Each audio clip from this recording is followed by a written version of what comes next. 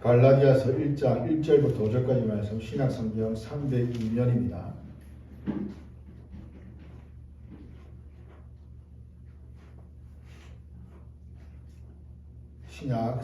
갈라디아서 1장 1절부터 5절까지 말씀 봉독하도록 하겠습니다.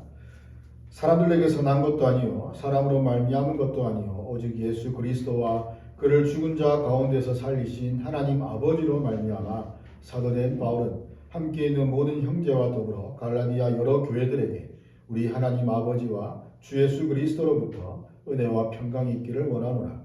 그리스도께서 하나님 곧 우리 아버지의 뜻을 따라 이 약한 세대에서 우리를 건지시려고 우리 죄를 대속하기 위하여 자기 몸을 주셨으니 영광이 그에게 세세토록 있을지어다. 아멘.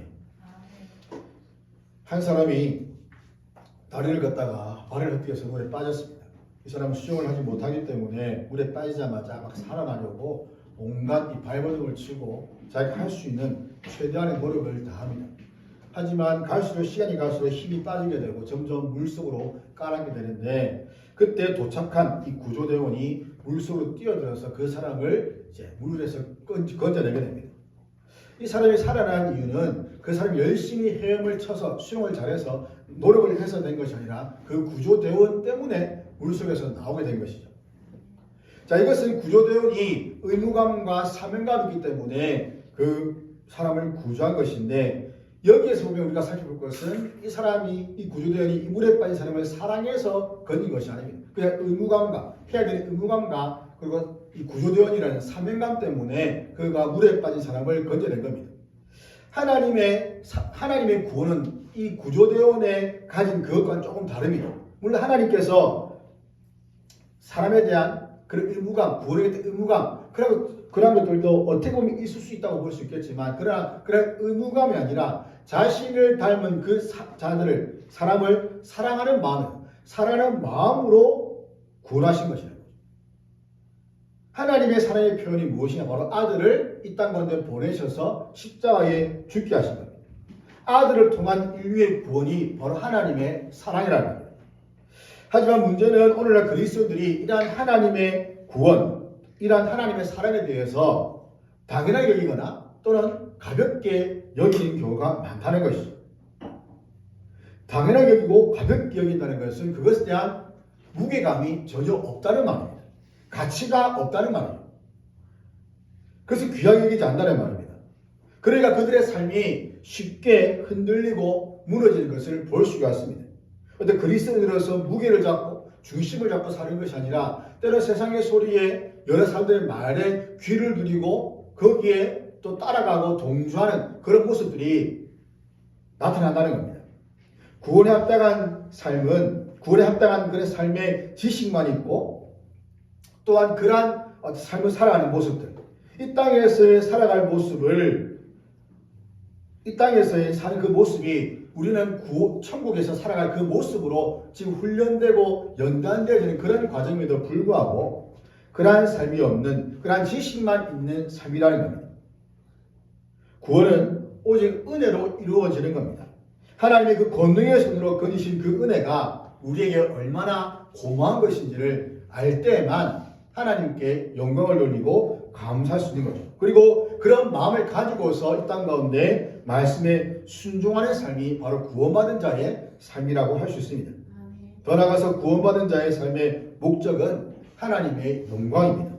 오늘 본문을 통해서 우리에게 주시는 교훈이 무엇인지를 세 가지로 보고자 하는데, 구원은 오직 하나님에게서 난다라는 사실인데 구원의 기원은 하나님이십니다. 본문은 갈라디아 교회에서 논의되고 있는 바울의 사도직에 대한 바울의 변호로 시작이 됩니다. 1절 보면 사람들에게서 난 것도 아니요 사람으로 말미암은 것도 아니요 오직 예수 그리스도와 그를 죽은 자 가운데서 살리신 하나님 아버지로 말미암아 사도된 바울이다라고 합니다. 자신의 그 사도직이 다른 것이 아니라 예수 그리스도와 그를 죽은 자 가운데서 살리신 하나님 아버지로 말미암아 되었다라고 말씀하는 거죠. 때문에 이 바울이 이 갈라디아 도시를 방문한 후에 이 설립한 그 교회들 가운데 여러 가지 많은 거짓 선생들의 거짓 가르침들로 말미암아 어려움을 겪고 있었기 때문에 이런 말들을 한 겁니다. 이 사람들은 바울의 권위와 그 복음에 대해서 강력한 공격을 퍼부었는데 그들은 구원을 얻기 위해서 믿음 이외의 것이 필요하다라고 강조했던 겁니다. 그러므로서 오직 믿음을 통해서 구원을 받으며 은혜로서만 의롭게 된다는 이 바울의 복음을 반대했던 겁니다.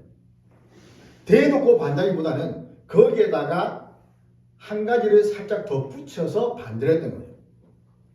거짓 교사들은 구원을 얻기 위해서는 유대인이 되어야 되는 것이고 유대인이 되기 위해서는 할례를 받아야 된다라는 가르침을 전했던 겁니다.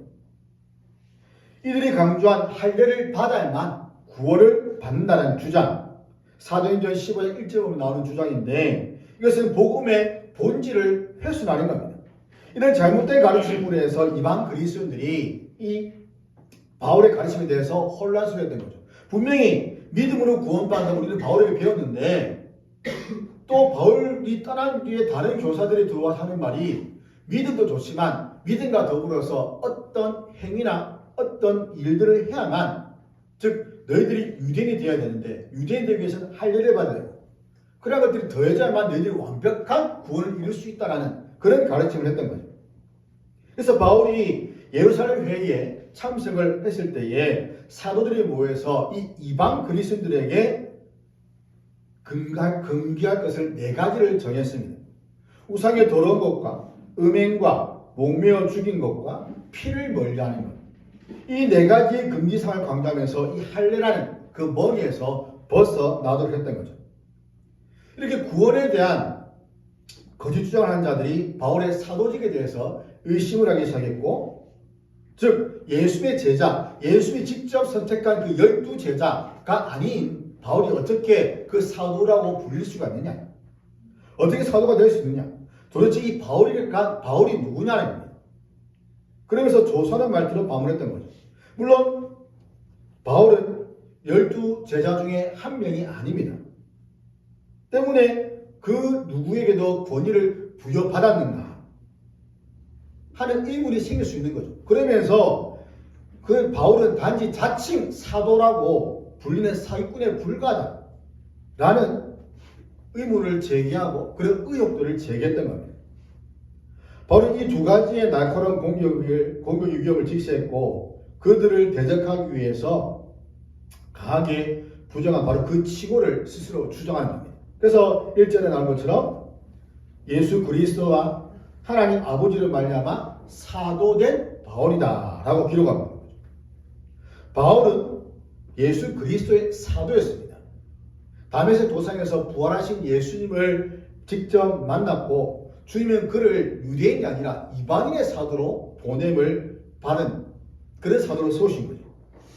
이처럼 바울이 자신의 사도된 것이 그의 말 그대로 오직 예수 그리스도와 죽은 자 가운데서 그를 살리신 하나님 아버지로 말미암아 된 것이기 때문에 결코 이것이 사람에게서 난 것도 아니요 사람으로 말미암은 것도 아니다라고 말하면서 오직 하나님의 그 권위에 의해서 사도가 되었고 복음을 전한다라고 말하고 있습니다. 우리 역시도 우리가 물론 사도는 아니지만 그러나 우리가 예수님으로 말미암아 구원받은 그 구원이 바로 사람에게서 나오는 것이 아니라 하나님으로부터 나온 것이다 라는 것을 알 수가 있는 겁니다. 때문에 아무렇게나 살면 안 된다는 거죠. 예수 그리스도로 말미암아 구원받은 자들은 자신에게 주어진 그 사명이 분명히 있습니다. 그리스도인은 사도는 아닙니다. 더 이상 사도는 존재하지 않습니다. 사도의 직분은 없습니다. 하지만 그리스도인으로서 우리가 그리스도의 그 직분을 수행을 해야 될 의무가 있습니다. 그리스도께서 행하신 그 삼중직, 바로 선지자와 또 왕과 제사장의 직분인데 이 직분을 우리가 생활 속에서 행해야 되는 거죠. 주님이 오시면서 하신 것이 뭐냐면 천국을 선포하시고 또 가르치시고 그리고 아픈 자들을 고치신 겁니다. 또 우리 역시도 이러한 천국 복음을 전파하고 또 말씀을 또 가르쳐야 되고 또 그들을 위해서 기도해야 되는 것이죠. 이러한 직무 때문에 그리스도인이라는 이 이름이 매우 가치가 있고 소중하다는 겁니다. 그래서 구원은 그리스도인이 이러한 직무를 행할 수 있는 가장 중요한 근거가 된다는 것이죠. 우리의 구원의 기원이 사람이 아니라 바로 하나님이시기 때문에 우리 사람을 두려워하거나 사람을 기쁘게 할 이유가 없습니다. 또한 구원에 있어서도 어떤 행위나 노력, 공로를 내세울 필요가 없습니다. 우리는 구원의 원인으로서 선행이나 어떤 노력이나 공로가 아닌 구원의 결과로서 내가 구원받은 자들로서 선을 행하는 것이고 또 우리의 노력과 행위를 하는 것으로 볼 수 있는 거죠. 하지만 그리스도인들 중에서는 구원과 별개로 자신의 노력과 행위를 해서 이런 어떤 복을 받으려고 하는 사람들이 있습니다. 그렇게 하다 보니까 구원마저도 어떤 행위와 공로로 얻어지는 것으로 여겨지게 되는 것이죠. 이것은 주객이 전도가 된 격입니다. 우리는 결코 행위로 구원받을 수가 없습니다. 어떤 신분으로도 구원받을 수 없습니다. 우리가 부른 찬양처럼 돈으로도 못 가요. 우리가 외모로도 못 가요. 힘으로도 못 가요. 어떤 조건이나 노력으로 갈 수 없는 것이 하나님 나라인데 오직 믿음으로만 갈 수 있는 곳이 하나님의 나라입니다. 때문에 우리가 예수 그리스도의 피로 깨끗하게 씻겨지지 않는다면 아무리 선행을 한다 하더라도 거기에는 결코 하나님의 영광이 드러날 수가 없습니다. 그리스도인들은 하나님부터 복을 받는 존재들입니다. 우리가 받는 그 복이 결코 나쁘거나 잘못된 것이 아닙니다. 하지만 어떤 특정한 복을 받아야 한다고 강조하는 것은 그것이 잘못하면 미신적이 되는 것이고 기복적인 그런 신앙이 될 수 있다는 거죠. 하나님은 인간이 찾아가서 복을 빌 때에 거창한 의식을 행할 때에 겨우 소를 들어주는 그러한 분이 아니라 하나님 우리에게 찾아오셔서 자신을 찾는 자들에게 찾아오셔서 만나시고 교제하시는 분. 그리고 참된 복인 은혜와 평강을 주시는 분이라는 겁니다.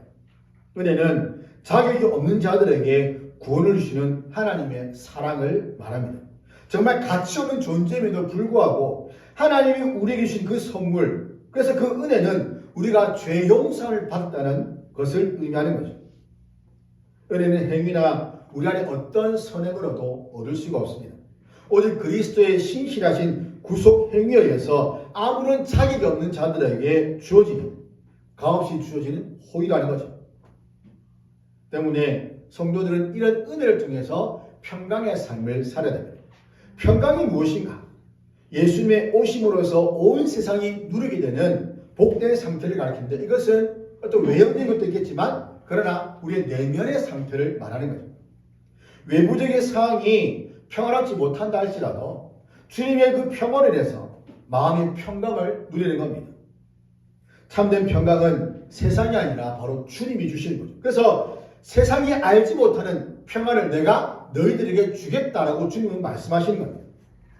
은혜가 우리에게 주신 선물을 요약적으로 표현하는 단어라면 평강은 그 선물이 개인에게 적용된 결과를 요약적으로 나타낸다고 볼 수 있습니다. 그래서 평강은 체험된 은혜입니다.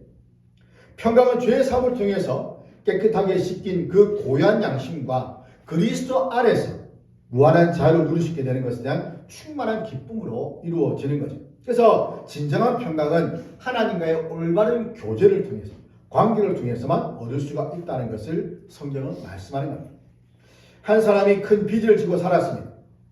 그 빚 때문에 겉으로는 웃지만 그런 마음속에 늘 불안감이 있는 거죠. 언제 채권자가 찾아와서 나에게 이 빚을 갚으라 라고 말할까? 내 인생은 앞으로 어떻게 될까? 밤에도 편하게 잠들지 못합니다. 그런데 어느 날 한 사람이 나타나서 그 사람의 빚을 전부 대신 갚아주었습니다. 어떤 공로도 없었지만 그냥 그 사람의 베풀어진 그 은혜와 호의로 자신이 가지고 있는 모든 빚이 다 탕감받게 됐습니다.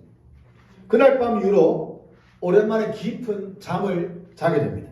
왜냐하면 그 마음을 짓누르고 있던 그 모든 문제가 해결되기 때문이죠. 이렇게 보면 은혜가 먼저 오게 되는 것이고 그 이후에 평강이 찾아오는 것을 볼 수 있습니다. 죄 문제가 해결될 때에 참된 평안이 오게 됩니다. 그 평안은 상황이 아니라 은혜의 결과라는 것이죠. 때문에 우리에게 참된 평안을 주시는 분은 하나님 아버지와 예수 그리스도밖에 없다는 것을 우리는 기억해야 됩니다. 구원은 오직 하나님께로부터 옵니다. 진정한 은혜와 평강은 예수님의 십자가 사건 때문에 가능하게 되었고, 이러한 참된 평안과 은혜는 죄의 상을 받아서 평강의 하나님과 화목한 그런 관계를, 그런 교제를 누리는 사람에게 오게 됩니다. 그러므로 이 구원이 우리에게 주어진 것이 오직 하나님의 은혜이며, 그 구원의 결과로서 우리에게 주신 그 평강을 우리가 누리고 있음을 기억하면서 구원받은 하나님의 백성으로서 그리스도 안에서 은혜와 평강이 충만하게 흘러넘치기를 주의 이름으로 축원합니다. 두 번째는 구원은 하나님의 뜻이라는 겁니다. 4절 보시면 그리스도께서 하나님 곧 우리 아버지의 뜻을 따라 이 악한 세대에서 우리를 건지시려고 우리 죄를 대속하기 위하여 자기 몸을 주셨다라고 합니다. 주시다는 것은 그 십자가 위에서 죽음을 통해서 드러나는 거죠. 즉 그리스도의 최종적인 속죄 제사를 가리키는데, 예수님은 우리 죄를 위해서 죽으셨다는 겁니다. 마가복음 10장 45절에 인자가 온 것은 섬김을 받으려함이 아니라 도리어 섬기려 하고 자기 목숨을 많은 사람의 대속물로 주려 합니다. 그리스도는 우리 죄를 위하여 우리를 대신하여 죽으셨습니다. 때문에 우리가 받아야 하는 그 마땅한 그 형벌, 그 형벌이 더 이상 우리에게는 적용되지 않는다는 거죠. 우리가 그 형벌을 받을 필요가 없다는 말입니다. 이미 예수님께서 십자가에서 죽으심으로써 우리 그 형벌을 더 이상 받을 필요가 없는 존재가 되었다는 겁니다. 이것이 바로 바울이 전한 복음의 핵심이라는 겁니다. 이 복음을 순수하게 따르는 것이 바로 바른 신앙생활을 하게 하는 거죠. 피아니스트나 또는 어떤 이런 악기들을, 이 줄로 연결된 악기들을 공연하는 사람들은 항상 그 공연 전에 이 줄을 맞추는 작업을 합니다. 조율을 하는 거죠. 이미 내가 맞춰 놨다고 해서 오늘도 그대로 그 맞추는 대로 하면 된다라고 생각하지 않는다는 겁니다. 온도와 습도 때문에 조금씩 그 줄이 늘어지거나 해서 음이 틀릴 수가 있기 때문입니다. 그래서 연주 전에 반드시 다시 조율합니다. 그래서 오케스트라들이 모여서 연주하기 전에 항상 그 음을 이렇게 조율한 것을 볼 수 있는 것인데, 우리가 바른 신앙생활 하면서 나는 괜찮아 하고 방치하는 것이 아니라 날마다 자신의 그 마음과 그 믿음을 말씀으로 점검하는 삶이 중요하다는 거죠. 나는 괜찮다가 없습니다. 우리는 괜찮지 않습니다. 항상 틀어질 수 있다는 거예요. 항상 말씀과 우리가 맞춰가려고 하지만 100% 맞출 수 있는 삶은 없다는 겁니다. 늘 틀어지거나 늘 때로는 어그러지거나 또는 그것에 맞춰지지 못하는, 거기에 맞출 수 없는 그런 상태가 되기 때문에 항상 점검하지 않으면 우리는 하나님 말씀에 맞추어 살 수가 없다는 거죠. 한 사람이 마당에 나무를 심습니다. 열심히 물을 줍니다. 하지만 시간이 지나니까 좀 귀찮아지는 거예요. 매일매일 물을 조금 줘야 되는데 그러니까 귀찮으니까 그냥 한꺼번에 물을 잔뜩 줍니다. 일주일치를 한 번에 준 것이죠. 그럼 어떻게 됩니까? 그 나무가 뿌리가 썩거나 또는 나무가 많아질 수밖에 없는 겁니다. 조금씩 매일 공급되는 물이 필요한데 한꺼번에 많은 물을 받고 일주일을 그냥 지내버리고 또 많은 물을 지내버리면 결국 그 나무는 죽을 수밖에 없는 거죠. 바른 신앙생활은 우리가 한 번 크게 은혜를 받는 것이 아니라는 겁니다. 물론 그 크게 받는 은혜도 때로는 필요합니다. 하지만 매일매일 하나님의 그 말씀과 기도로 하나님과 연결되는 그러한 삶이 중요하다는 거예요. 한꺼번에 한 번 왕창 받는 것도 좋지만 그러나 조금씩 매일매일 지속적으로 이러한 하나님의 은혜를 공급받는 것이 있어야만 이 그리스도의 삶이 올바른 삶으로 계속해서 맞추어 갈 수 있다는 말입니다. 한 번 틀어진 것을 한꺼번에 바로 잡으려면 굉장한 고통입니다. 그러나 그래서 조금씩 맞춰가다 보면 언젠가는 이것이 자신도 모르는 사이에 맞추어지는 것을 보게 되는 거죠. 하나님의 말씀을 기준으로 그 삶의 방향을 확인하며 살아야 되는 겁니다. 예수님께서는 자신을 선물로 주셨고 이 악한 세대에서 우리를 건지셨습니다. 바울은 자신이 살아가는 그 시대를 표현하기를 악한 시대라고 말하고 있습니다. 보시면 4절에서 이 악한 세대에서 우리를 건지시려고, 이 악한 세대, 그 악한 세대가 무엇이겠습니까? 바로 하나님을 알지 못하고 사탄의 권세에 잡혀있는 그러한 세대를 말하는데, 에베소 5장 12절 보면 세월을 아끼라, 때가 악하다고 말합니다. 여기서 때라는 것은 날들을 의미하는데 그 날들이 뭐냐? 곧 한 세대를 말하는 거죠. 때문에 로마서 12장 2절에서 너는 이 세대를 본받지 말고 오직 마음을 새롭게 함으로 변화를 받아 하나님이 선하시고 기뻐하시고 온전하신 뜻이 무엇인지를 분별하도록 하라고 말씀합니다. 바울이 살았던 그 시대와 지금 시대가 큰 차이가 있을까요? 전혀 없습니다. 바울이 살던 당시의 그 시대는 악한 시대였습니다. 물론 시대는 늘 악했습니다. 늘 악해왔고 악했고 악해집니다. 갈수록 그 악이 심해진다는 거죠. 바울 시대의 악한 세상이 바로 그리스도 로마 시대였는데 그 시대에도 음모가 있었고 살인이 있었고 간음이 있었고 폭력이 있었고 군사적 압제가 횡행했던 시대입니다. 왜냐하면 사탄이 모든 시대를 다스리기 때문이죠. 지배하기 때문입니다. 바울 당시뿐만 아니라 지금도 살아가는 우리 시대가 악하다는 겁니다. 우리 시대가 아마 그때보다 더 심하면 심했지 덜하지는 않다는 거죠. 악은 갈수록 심해집니다. 대중매체를 통해 들려오는 소식들은 그냥 상식을 벗어난 사건과 사고로 넘치는 것을 보게 됩니다. 그냥 지나가다가 자신 어깨를 쳤다고 해서 기분 나쁘다고 해서 그 사람을 폭행하고 심지어 살인까지 저지르고 쳐다보는 눈빛이 기분 나쁘다고 해서 그냥 사람을 그냥 때리고 폭행하는 아이를 폭행하여서 죽여버리고 오랫동안 그 방치해버리는 용기를 마련하고자 도둑질과 강도짓을 일삼는 그런 청소년들이나 젊은이들도 있습니다. 성폭행이나 성추행을 하고서도 전혀 부끄러워하지 않는 일부 정치인들이나 유명인들도 있습니다. 이런 일들을 하면서도 거리낌 없이 하는 이유가 전혀 양심의 가책이 없기 때문이죠. 아무 누구나 다 하기 때문에 저 사람도 하고 누구도 하고 여러 사람이 하기 때문에 그 하는 사람들 중에 우리 안 하는 것이 이상해질 정도로 그런 악들이 그냥 아무렇지도 않게 행해지는 그런 시대를 살아간다는 겁니다. 이러한 공중권세 잡은 자, 악한 사탄의 권세 아래에서 있기 때문에 그런 악한 영의, 악한 어둠의 권세들이 활동하기 때문이라는 것을 우리가 알 수 있는 거죠. 그래서 하나님께서는 예수님의 그 죽음을 통해서 우리를 구원하시려고 계획을 세우셨던 겁니다. 이 악한 세대에 빠져서 온갖 쾌락을 즐기는 자기 백성을 주님께서 건지십니다. 그 악한 세대에 빠져 있는 것이 너희들이 있을 곳이 아니라는 겁니다. 하나님의 백성들, 택하신 자들이 그래서 그 악한 세대에 빠져서 즐기고 쾌락을 누리고 있을 것이 아니라는 거죠. 거기서 빠져나와서 이제는 하나님을 사랑하고 영광을 돌리는 그러한 삶을 살라고 예수님을 이 땅 가운데 보내셔서 죽게 하시고 건지셨다는 겁니다. 우리는 죄의 비극성과 이 악한 세대에서 사람들을 구원할 그런 필요성을 우리는 깨달아야 됩니다. 그래서 우리를 소금과 빛으로 선택하셔서 세상 가운데 보내시고 빛을 비추게 하시고 맛을 내게 하심으로써 사람들로 하여금 하나님께 영광을 돌리게 하는 그 삶을 살아야 되는 것이죠. 어느 시장에서 아이가 길을 잃었습니다. 아이가 울면서 이리저리 돌아다녔지만 길을 찾지 못합니다. 그래 아이보다 더 간절한 사람은 누구냐? 바로 아이의 부모라는 거죠. 아이의 부모는 돌아다니면서 아이를 찾습니다.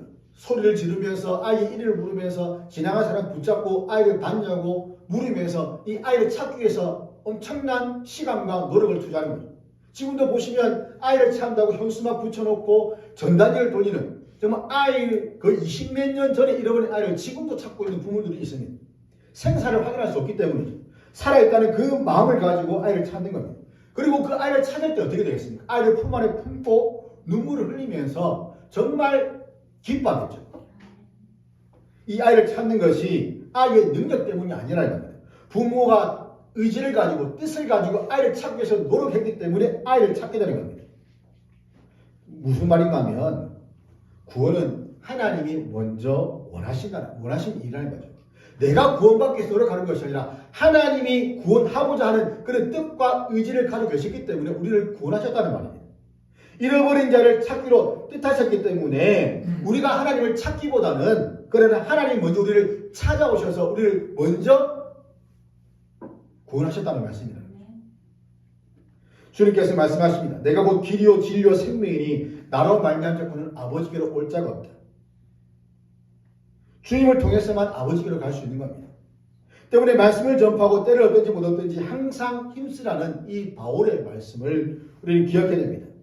우리를 구원하신 이유가 하나님의 그 아름다운 덕을 선포하기 위함이다 라고 베드로는 말씀하시는 거죠.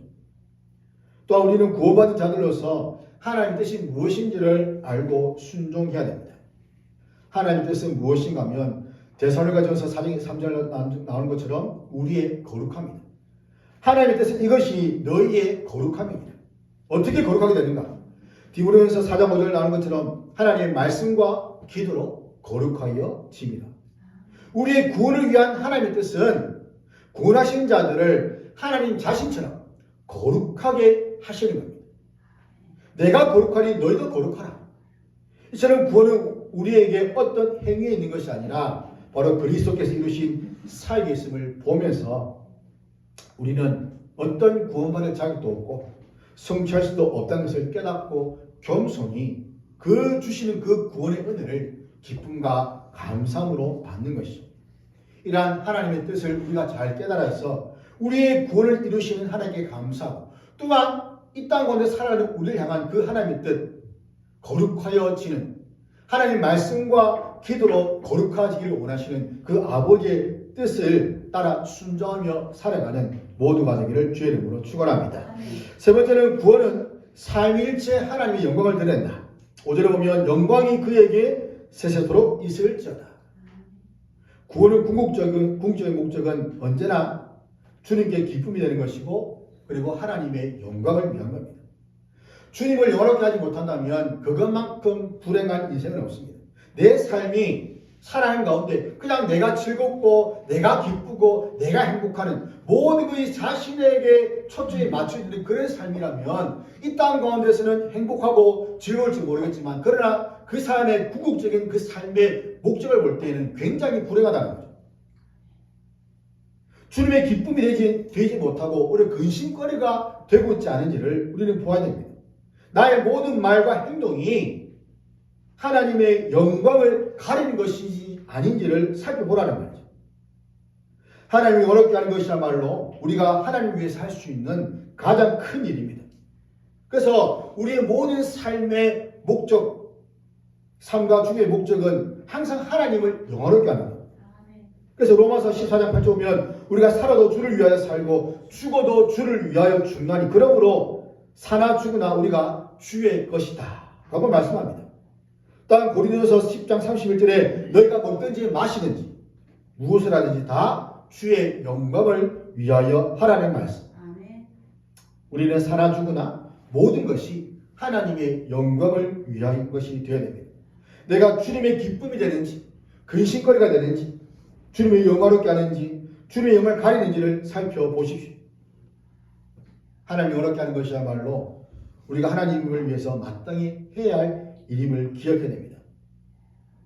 우리의 삶과 죽음의 목적이 하나님의 영광과 직결되어 있음을 알고 이 악한 세대에서 우리를 건져주신 그 은혜를 우리가 감사하며 살아가야 되는 것이죠. 예수님의 구원 사역으로 은혜와 평강을 얻은 사람의 마땅한 삶의 방식은 바로 이러한 하나님 아버지를 성령하는 삶입니다. 우리의 삶, 우리의 환경이, 우리의 진로가 하나씩 잘 풀어갈 때만 하나님을 찬송하고 하나님께 영광을 돌린다면 우리는 불신자와 다를 바가 없다는 거죠. 불신자들도 잘 되면 기뻐하고 잘 되면 좋아하고 감사합니다. 우리가 만약 그들과 그런 모습으로 하나님을 대한다면 우리 그들과 다를 바가 없다는 거죠. 우리는 구원의 은혜 하나만 생각하더라도 영원토록 하나님을 찬송해야 할 이유가 있는 겁니다. 하나님께서는 아들을 보내셔서 인간의 모든 죄를 사하시고 그리고 그 구원하신 그 사람들로부터 영광을 취하신다는 거죠. 이를 통해서 죄의 사함뿐만 아니라 앞으로 올 그러한 천국을 경험할 수가 있습니다. 평안과 은혜를 맛보기 위해서 우리는 매일 신앙의 그 의지적인 결단이 필요한데 이러한 결단을 할 때에 내 의지가 아닌 하나님이 도와주시는 그러한 힘으로 할 수 있다는 거예요. 하나님이 도와주셔야만 우리가 믿음으로 살아갈 수 있는 거죠. 하나님의 사랑은 그 누구도 그 무엇도 우리로부터 빼앗아갈 수 없는 그런 것임을 우리가 믿음으로써 은혜와 평강이 지금 나의 것으로 만들어 나가야 됩니다. 그럴 때에 그 구원의 참된 의미가 감격이 우리가 경험할 수가 있다는 것이죠. 식당에 가게 되면 사람들이 막 식사를 하게 되면은 이제 뭐 때로는 뭐 믿는 사람들도 보게 됩니다. 교회 이제 식사를 하게 되면 보게 되는데 뭐 서로 모르죠. 뭐 교회 다니는지 아닌지는 서로 모르지만 그러나 식사할 때 보면 이제 저 사람들이 교회 다니는구나 아니구나라는 것을 알 수가 있습니다.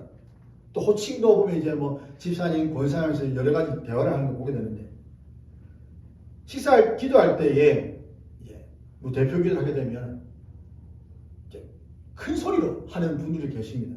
일부러 이렇게 큰 소리 내는 것인지 모르겠지만 큰 소리에 있어서 다른 사람들이 식사하는데 방해가 되는 경우도 있는 것이죠. 그래서 이제 인상을 찌푸리고 있는 거죠. 자신도 모르는 사이에 그런 식으로 오히려 자신은 믿음 생활을 한다고 하지만 그것이 다른 사람들에게 오히려 안 좋은 인상을 준다든지 또는 어떤 안 좋은 어떤 모습들을 보인다면 그것이 진짜 바른 신앙생활을 하고 있는 것인가 라는 생각을 해봐야 됩니다. 이 아침에 이제 운동을 가면 할머니들이 주로 봤습니다. 할아버지 할머니들이 뭐 나이 드신 분들이 많이 오게 되는데 오면 항상 이 좀 보면 다른 건 아니겠지만 좀 민폐를 끼치는 분들이 계십니다. 그러니까 이제 운동할 수 있는 곳에 있는 어떤 지침 규정을 안 따르고 내 마음대로 하보자 해서 예를 들어 라크를 같은 경우도 이제 높이가 다 다르니까 사람들 보통 중간이나 조금 자기 키에 맞는 곳을 좀 편한 데를 이제 얻으러 가잖아요. 그래서 뭐 정 안 되면 이제 밑에 걸 쓸 수밖에 없는 상황이 되면 왜 누구는 이렇게 했는데 나는 왜 이렇게 해주냐고 이제 따지는 거예요. 그때부터. 그러면 이제 거기 있는 직원들은 굉장히 난감하죠. 좋은 자리를 순서에 따라 준 것이 아니라 억지로 강탈한 그 자리임에도 불구하고 어쩔 수 없이 가져가는데 왜 마치 거의 정당하게 가져간 것처럼 생각하면서 나도 이거 쓰게 해달라는 식으로 얘기를 하는 겁니다. 그리고 굉장히 난감한 상황이 된다. 근데 보면 그런 분들이 대부분 보면 교회 다니시는 분들이 많다는 겁니다. 소리 들어가면 아이고 집사님 뭐 해삼소리 보면은 아이고 또 속으로 저는 이제 좀 한숨이 나오는 거죠. 교회 다니는데 왜 저렇게 또 행동을 하는가. 목소리 가장 크고 좀 시끄러운 거 보면 좀 교회 다니시는 분이 많아요. 일부러 그러는지 아니면은 뭐 어떻게 하는지 모르겠지만 어쨌든 그런 식으로 해서 교회 다닌다고 하지만 막상 다른 사람들 볼 때는 인상을 찌푸리게 만들고 굉장히 교회에 대한 안 좋은 이미지를 가지게 만드는 그런 분들이 종종 있음을 본다는 겁니다. 우리의 신앙의 이런 모습들이 정말 작은 것이라도 하나님께 영광을 돌리는 것이라고 우리가 늘 알지만 그러나 삶 속에서 이런 것들이 생각하지 못하고 그냥 무의식적으로 자신의 어떤 그 본능대로 그냥 자신의 어떤 그런 있던 그 마음대로 하는 그런 모습들이 나오게 되면 결국에는 그것이 전도로 이어지어짐에도 불구하고 나가지 못하고 오히려 전도를 방해하는 그런 결과들이 많다는 거죠. 하나님은 우리를 정말 건지시는 자들입니다. 건지신 자들이 정말 하나님의 그 말씀과 뜻 가운데 올바르게 살아갈 수 있도록 함으로써 하나님이 그로부터 영광을 취하시는데 그렇지 못한 삶을 살게 된다면 얼마나 하나님 보시기에 마음이 안타까우시겠습니까? 정원사가 작은 나무를 심고 했을 때 그 나무가 하루아침에 확 자라지 않습니다. 매일 물을 주고 잡초를 뽑고 햇빛을 잘 받아서 관리를 해야만 나무가 자랍니다. 제가 그 부산시민공원에 초기 개장했을 때에 거의 이제 10년 전이죠. 10몇 년 전이죠. 아이들 데리고 근데 그 진짜 나무 그냥 심어놓고 그늘 하나도 없는 그런 상태에서 이제 가서 보고 덥다면서 막 이렇게 쉴 데도 없다 막 투덜투덜 했는데 이제 얼마 전에 가보니까 나무도 있고 쉴 장소도 있고 굉장히 많이 바뀌었더라고요.